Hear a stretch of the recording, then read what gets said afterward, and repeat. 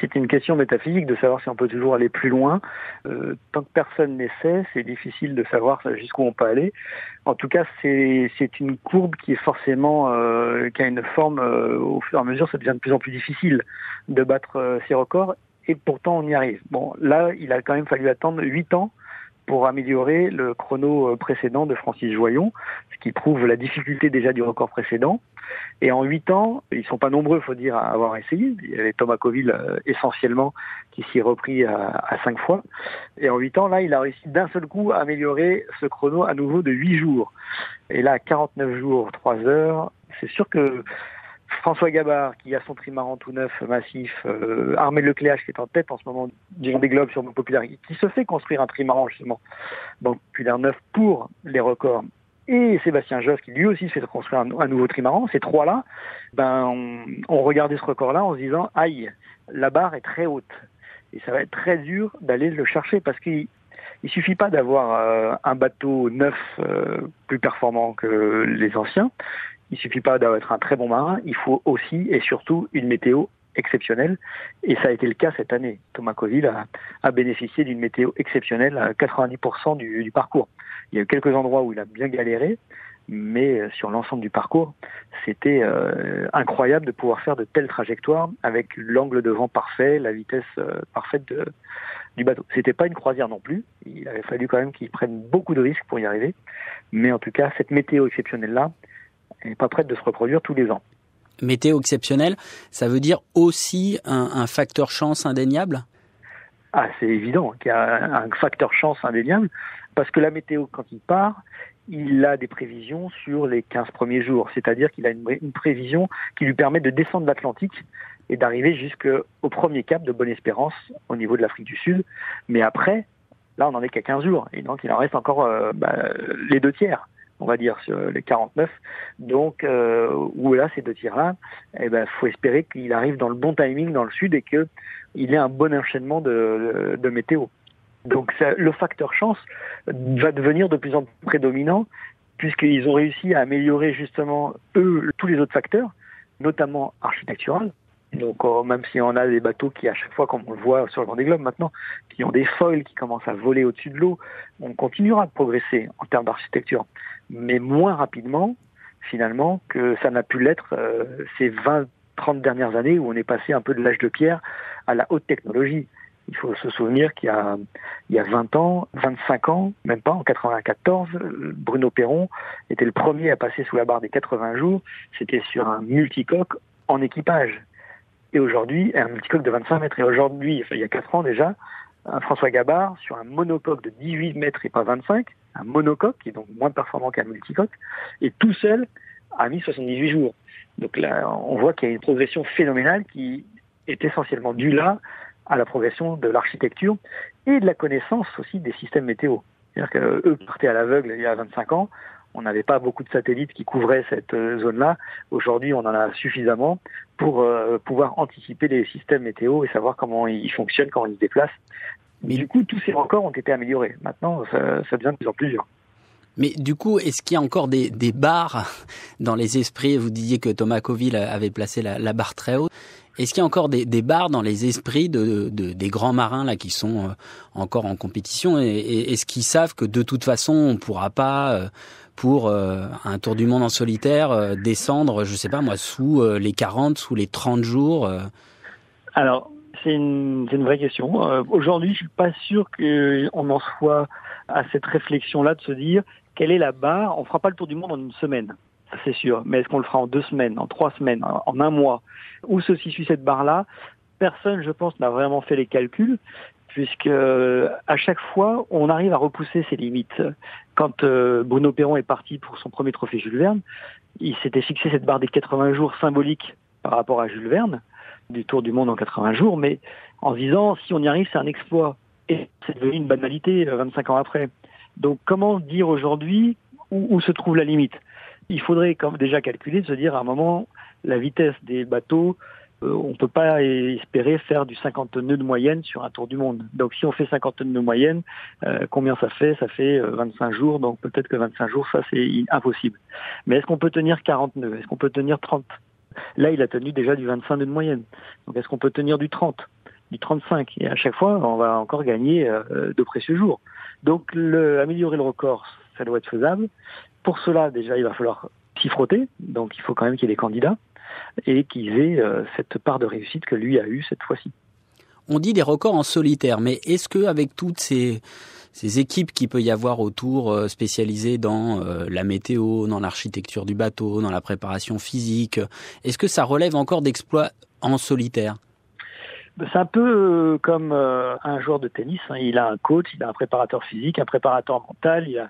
Pourtant, c'est lui qui est sur le court et qui gagne son match. Donc, ils sont en solitaire sur leur bateau. Ils sont tout seuls face aux océans, tout seuls à faire les malheurs. Mais c'est vrai qu'ils ont une équipe derrière eux qui les aide, qui les ont aidés avant le départ dans la préparation du bateau, parce que évidemment pour finir il faut déjà ne pas casser, donc il faut que le bateau soit parfaitement préparé, dans la préparation physique, la préparation mentale, la préparation à la météo, et puis ensuite pendant le tour ils ont des routeurs météo qui se relaient. Ils étaient 3 cette année à se relayer, à faire les 3-8 pour suivre évidemment toutes les informations météorologiquement, mais aussi au niveau de la sécurité, parce qu'il est allé très près des zones de glace, donc surveiller aussi les icebergs potentiels.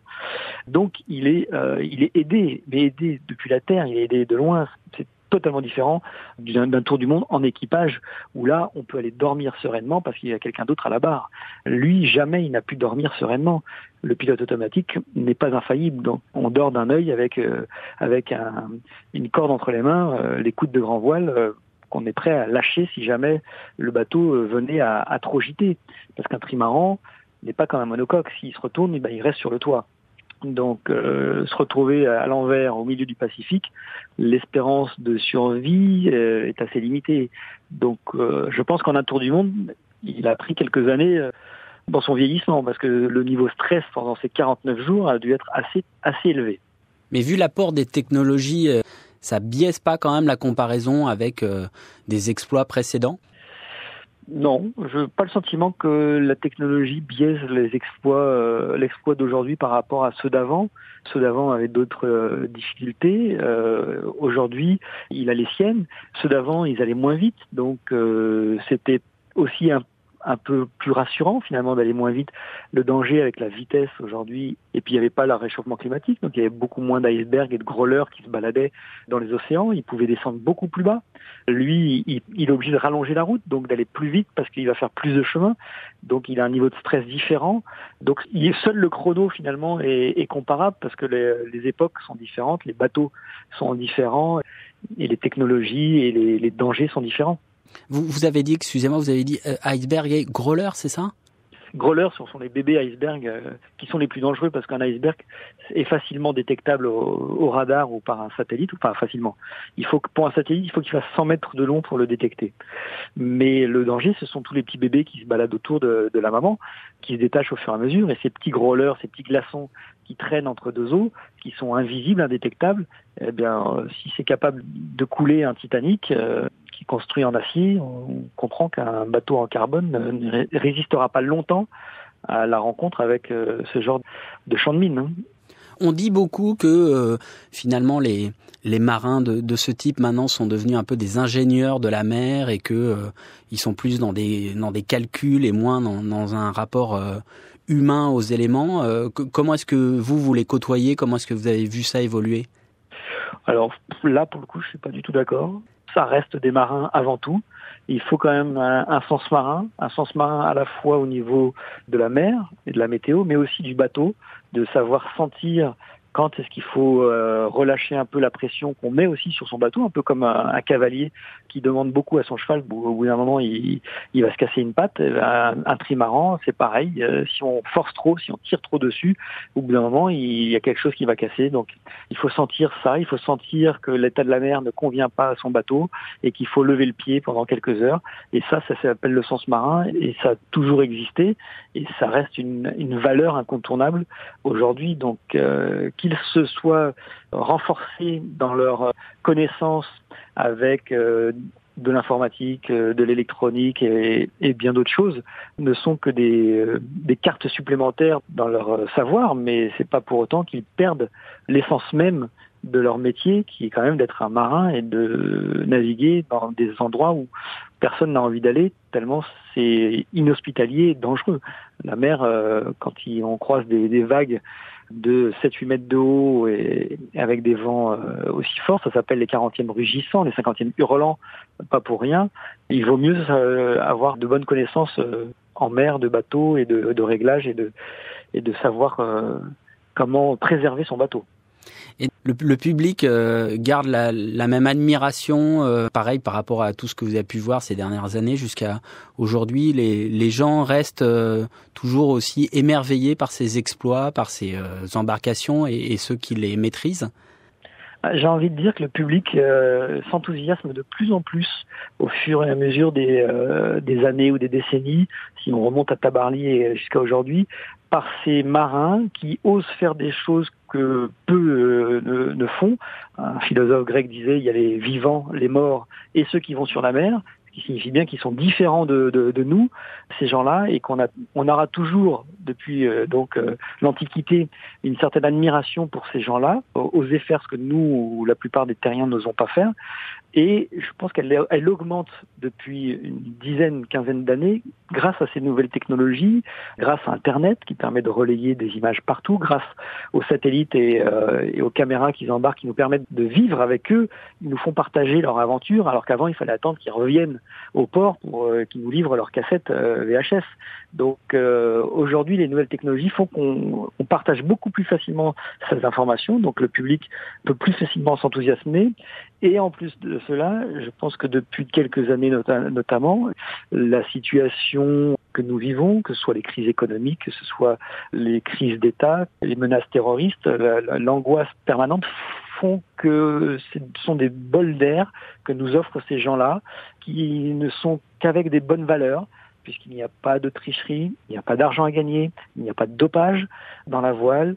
On n'est que sur des valeurs saines, des valeurs humaines qui parlent à tout le monde et qui font du bien dans ce monde d'aujourd'hui qui est assez sombre par ailleurs.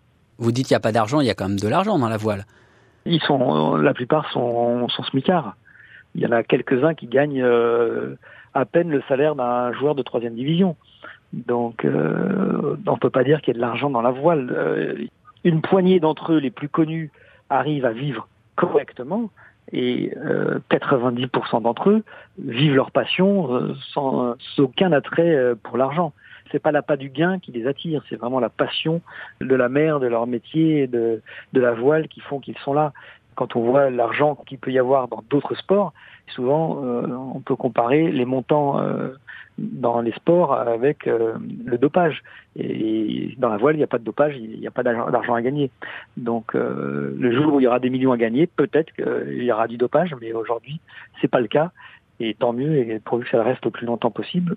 Parce que du coup, c'est aussi ça que le public aime chez ces marins-là, c'est qu'ils font ça pour l'honneur, pour la gloire, pour le dépassement de soi, mais certainement pas pour s'offrir une Ferrari à la fin de l'année.